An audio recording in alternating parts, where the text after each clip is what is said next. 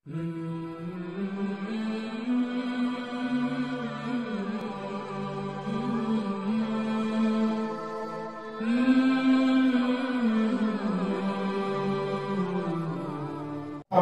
ماں کو تیز نگاہوں سے گھور کر دیکھتا ہے، تیز آنکھوں سے دیکھتا ہے، اللہ کے نبی علیہ السلام فرماتے ہیں میں اس سے بری الذمہ ہوں۔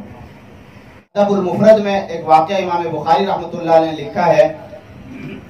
کہ قبرستان میں روزانہ مغرب کے بعد ایک قبر شق ہوتی تھی، پھٹتی تھی، اور اس سے ایک آدمی نکلتا تھا جس کی گردن جو ہے وہ گدھے کی تھی اور سارا دھڑ جو ہے وہ انسان کا تھا، اور وہ گدھے کی طرح چیختا اور پھر واپس جاتا، قبر بند ہو جاتی۔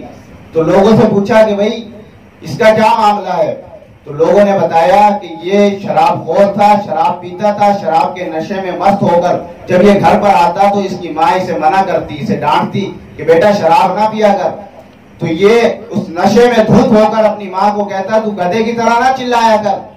تو اس وجہ سے اللہ نے جو ہے اس کی شکل بھی گدھے جیسی بنا دی اور اس کی آواز بھی گدھے جیسی بنا دی۔